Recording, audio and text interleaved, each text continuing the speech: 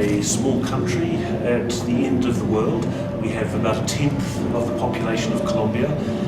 We've been watching the development of Colombia over the last decade, and we have very similar economies. There are many things that we share in common culturally, and we think that New Zealand and Colombia would be great education partners.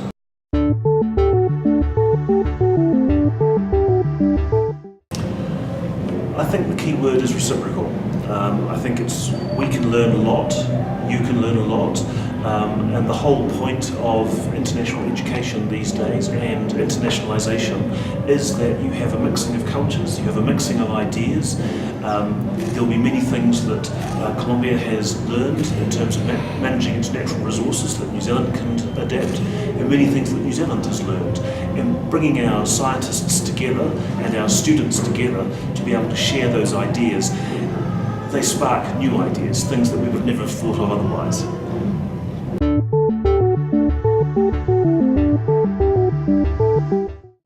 I don't think you can ever say it's any one thing.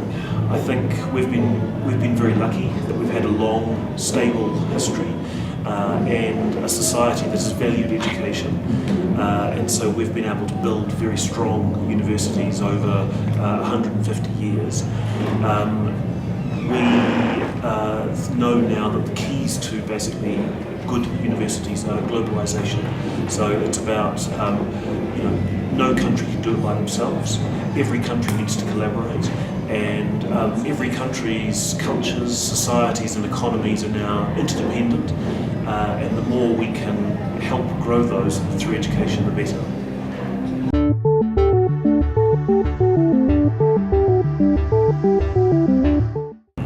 I'm not too sure that I'm in a position where I can sort of give advice in that sort of area. I think Colombia is probably a little bit like New Zealand was some decades ago, needing to develop a lot of international relationships. So the key to things like international rankings, which these days drive so much research and so many partnerships, it's all just simply driven by international relationships. In New Zealand, 50% of our academic staff are recruited from overseas.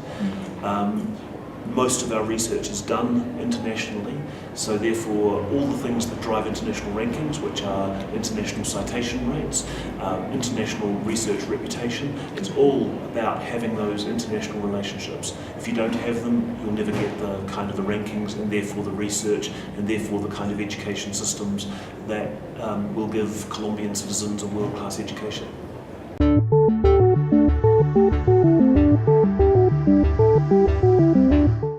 So if I can describe it, say, from a New Zealand perspective, and maybe this will make sense from a Colombian perspective, we know for the 21st century there's no way that our country is going to be able to succeed economically and socially if we're not trading, if we're not able to compete in the international marketplace, and there's no way that our citizens are going to be able to do that unless they have experience of living and working in countries like Colombia, which are the markets of the future. So for us, internationalisation is about thinking, where do we fit in the world?